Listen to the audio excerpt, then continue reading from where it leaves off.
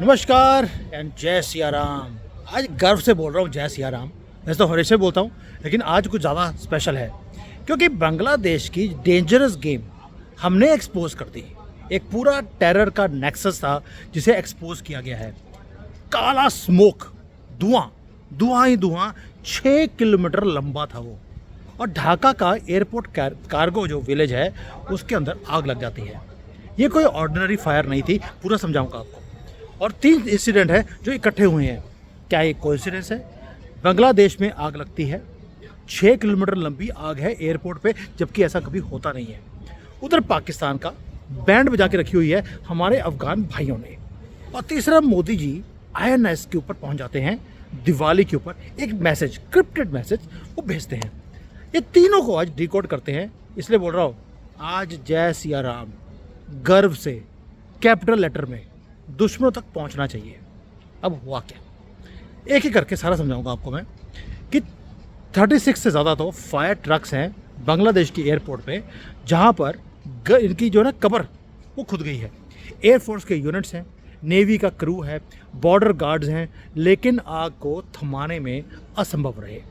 Struggle कर रहे हैं बेचारे कि वहाँ पर जो अथॉरिटीज़ हैं वो बताने से भी मना कर रही हैं कि यार इतनी आग एक कार्गो एरिया में ये लग कैसे गई, क्योंकि ये कार्गो था ही नहीं।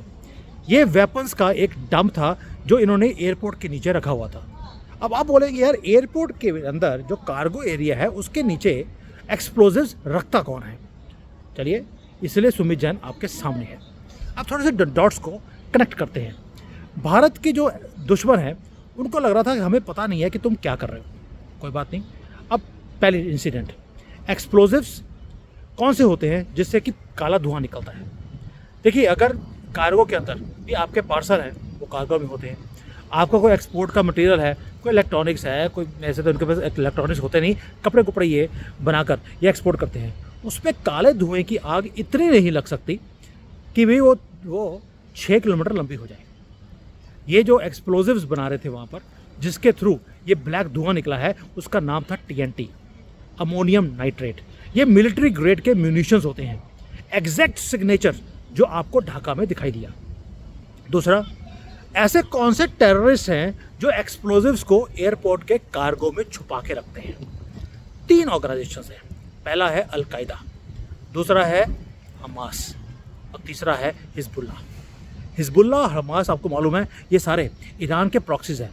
ये हमेशा ही स्कूल, यूनिवर्सिटी, मस्जिदें, ये जो आपके हॉस्पिटल्स हैं और एयरपोर्ट के कार्गो के एरिया में ये नीचे छुपा के रखते हैं, क्योंकि यहाँ पर अटैक करना इम्पॉसिबल होता है इंटरनेशनल ट्रीटीज़ के हिसाब से।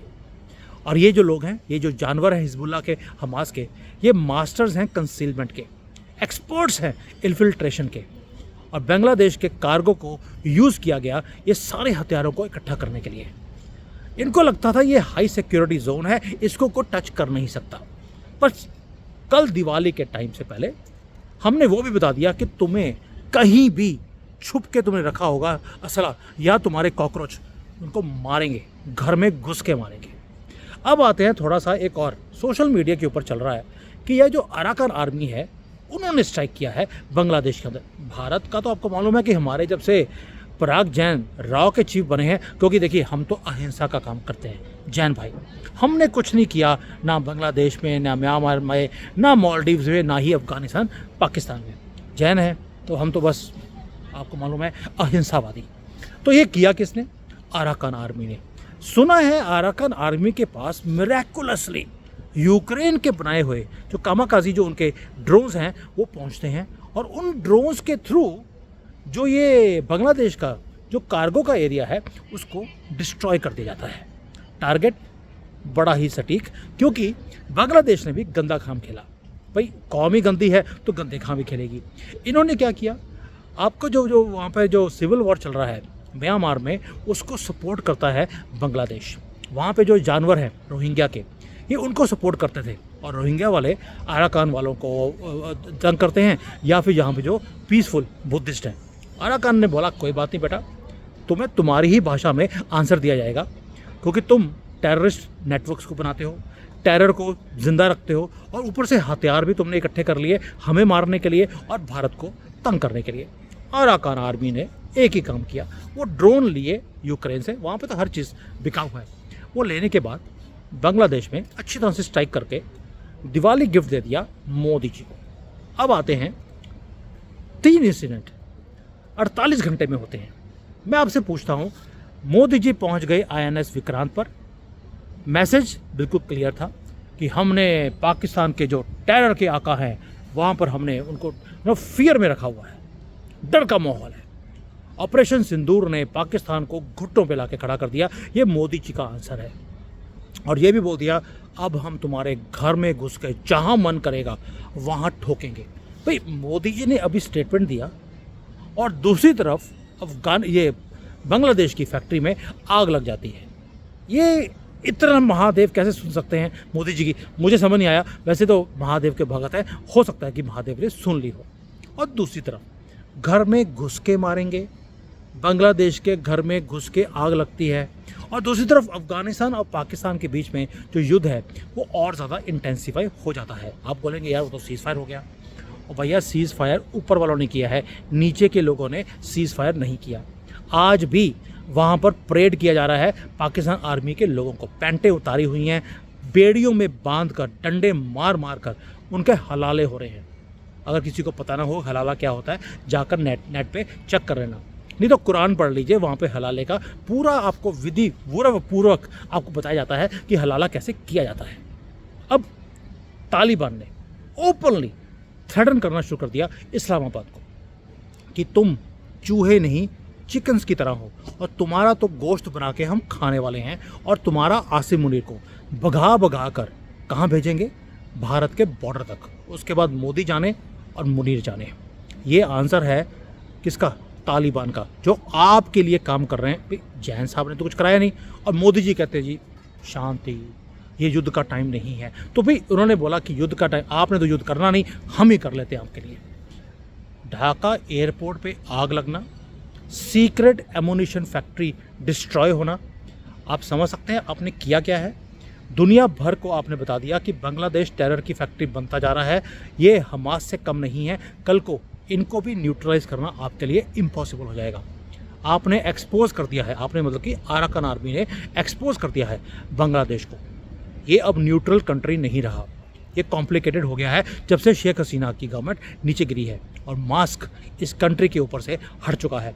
ये इंटरिम गवर्नमेंट जिसे CIA ने बिठाया, ये जिहादी, ये इस्लामिस्ट जो होते हैं जानवर, उनके साथ सिंपैथी रखता है, और एंटी इंडिया पोस्चर जब से ही आया है ये तब से बना के बैठा हुआ है। और वहाँ पर ट्रेनिंग कैंप्स जिहादियों के शुरू कर दिए हैं, इसलिए इसको एक्सपोज करना ज़रूरी था। आपको मालूम है जो शिपमेंट्स हैं वो चिटागन पोर्ट के थ्रू ये शिपमेंट्स करते हैं वेपन्स की। कार्गो विलेजेस जो एयरपोर्ट के ऊपर होते हैं वहाँ पर लॉजिस्टिक्स का हब इन्होंने बना दिया। अब इसका थोड़ा पैरेलल देखिए सीरिया के साथ। 2021 में अगर आपको याद होगा, सीरिया का जो लताकिया पोर्ट है वहाँ पर भी ऐसा ही धुआं आपको दिखाई दिया होगा, अगर आपको याद हो तो। उसको बॉम्ब किसने किया था? इजराइल ने, क्योंकि वहाँ पर ईरान के वेपन्स को स्टोर करके रखा हुआ था कार्गो एरिया में। मैसिव एक्सप्लोजन्स थे, मशरूम क्लाउड से, जैसे आपको बांग्लादेश में अभी दिखाई देते हैं।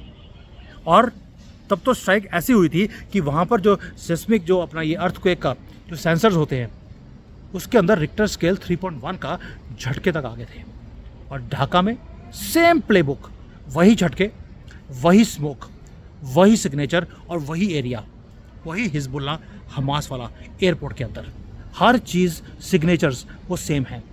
दोस्तों ये जो काले धुएँ हैं ये एक स्टोरी बताते हैं। TNT कार्बन पार्टिकल्स को प्रोड्यूस करता है।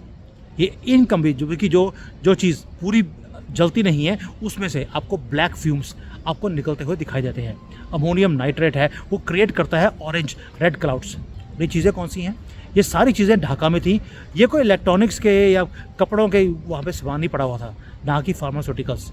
ये मिलिट्री ग्रेड का एक्सप्लोजिव स्टोरेज फैसिलिटी थी जिसे डिस्ट्रॉय कर दिया गया है।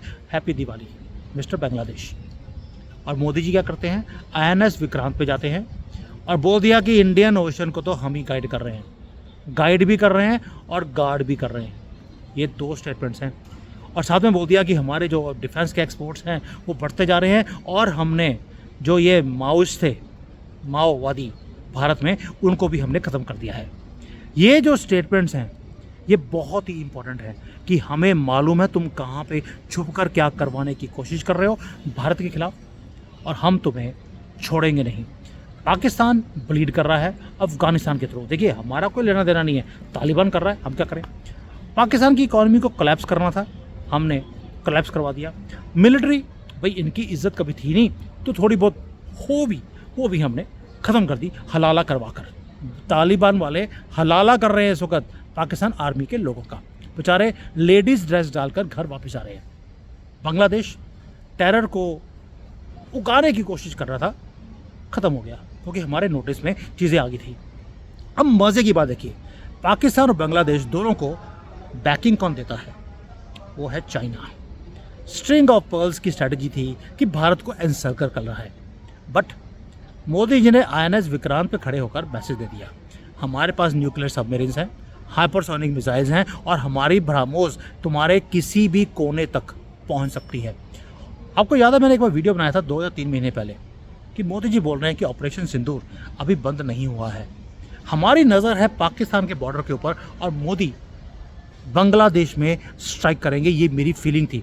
और आपको मालूम है, मैं अपनी फीलिंग्स को के साथ मैं काम करता हूँ। मैं जिसको बोलते हैं कि मेरी गुड लक है कि मैं चाइना जैसी कंट्री में रहता हूँ जहाँ पर ये सारी की सारी जो न्यूज़ है जो हमारे इंडियन मीडिया वाले देते हैं मेरे पास पहुँचती ही नहीं है। मैं खुद की अपनी एनालिसिस करता हूँ, अपने डॉट्स को जोड़ता हूँ।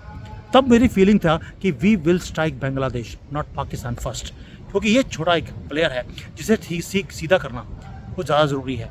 शेख हसीना की गवर्नमेंट का ऑफिस दिल्ली में और बांग्लादेश और वेस्ट बंगाल में वो खुल गया है। आपको लगता है कि ये कोइंसिडेंस है या एक स्ट्रैटेजी है जैन साहब की कि भाई कैसे अपने दुश्मनों को ख़त्म करना है? वो पाकिस्तान एक्सपर्ट है, बांग्लादेश और पाकिस्तान एक्सपर्ट इसी तरह से करते हैं, इसलिए हमने जो हमारा इंटेलिजेंस का नेटवर्क है उसे और तेज़ कर दिया।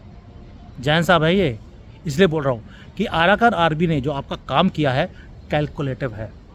बांग्लादेश सोच रहा था कि वो रोहिंग्या के कैंप्स को खोलकर वो भारत को तंग कर लेगा, भूल जाओ बेटा, अभी तो ये जैन है जो भारत पे है। जो चाइना वाला आ गया ना, उस दिन तुम्हारी किडनियाँ भी निकाल कर बेच देगा, और अपने जो सारा फॉरेन डेटा है तुम्हारी किडनियाँ बेच के पूरा कर देगा। इसलिए खुशनसीबी तुम्हारी, अभी भारत के पराग जैन है। अब आते हैं आगे। अब आगे होगा क्या दोस्तों? ढाका के ऊपर से अपनी नज़र हटाना मत। ढाका ने अभी क्या बोलेगा, थोड़ा इलेक्ट्रिकल फॉल्ट हो गया था, कुछ कार्गो था जिसमें थोड़ी सी आग लग गई, एक्सीडेंट हो गया। भैया 36 से ज़्यादा तुम्हारे ट्रक, क्योंकि पूरे कंट्री में 36 ही ट्रक थे इनके पास वो आग बुझाने वाले, सारी कंट्री के ट्रक बुला लिए, एयरफोर्स नेवी को बुला लिया, सिर्फ इसलिए एक इलेक्ट्रिकल फॉल्ट के लिए। भाई कमाल है तुम्हारी कंट्री, एक इलेक्ट्रिकल फॉल्ट के लिए एयरफोर्स को आना पड़ता है, फ़्लाइटें डाइवर्ट करनी पड़ती हैं, एयरपोर्ट को शट डाउन करना पड़ता है। क्यों? क्योंकि तुम्हारे जो डेमोलिशन किया है आराकान आर्मी ने जो तुम भारत के खिलाफ यूज़ करने वाले थे, उसको छुपाने के लिए तुम्हें बोलना पड़ेगा इलेक्ट्रिकल फॉल्ट था, और कुछ भी नहीं है। इसलिए बोल रहा हूँ, बांग्लादेश से अपनी नज़र मत हटाना, ये कवर अप करेंगे अपने नाकामियों को छुपाने के लिए, और हमने इनको एक्सपोज कर रहा था जो हमने कर दिया। Not a small thing. Bharat का रिस्पॉन्स एक ही चीज़, सानू नहीं पता, मोदी की टाइमिंग परफेक्ट होती है। मैं खुद कई बार वीडियो बनाता हूँ कि मोदी जी ये युद्ध का टाइम है, युद्ध करना पड़ेगा, गले तक आपके युद्ध आ चुका है। और मोदी बोलते हैं यार मैं प्रधानमंत्री हूँ, मुझे सिखाने की ज़रूरत नहीं है कि मुझे युद्ध कब, कैसे और किस तरह से करना है। अब वही चीज़ मोदी ने दिखा दी आपको, दिवाली पे गिफ्ट देना था, आपको दे दिया। दोस्तों मैसेज क्या है? घर में घुसकर मारेंगे कोई भी आपका थ्रेट। अब आप हमें थ्रेट करने से पहले आपके थ्रेट को न्यूट्रलाइज कर दिया जाएगा। बेशक उसके लिए आराकान आर्मी को यूज़ नहीं करना पड़े, आराकान आर्मी आपके लिए काम करे, वो अफगानिस्तान का तालिबान करे, वो कोई भी करे। और हम क्या कर रहे हैं? हम बंद कर रहे हैं आत्मनिर्भर Bharat, self reliant in defence, export कर रहे हैं दुनिया भर को अपने हथियारों को। INS विक्रांत आपको मालूम है क्या है? ये पहला भारत का खुद का बनाया हुआ एयरक्राफ्ट कैरियर है जहाँ पर MiG-29 ऑपरेट किए हैं मोदी जी के सामने। ये डोमिनेंस दिखाई आपने इंडियन ओशन में, घुसने की कोशिश भी करी हमारी परमिशन के बिना। तो जो आज बांग्लादेश में किया है, तुम्हारी शिप्स के साथ और सबमरीन्स के साथ यही काम किया जाएगा।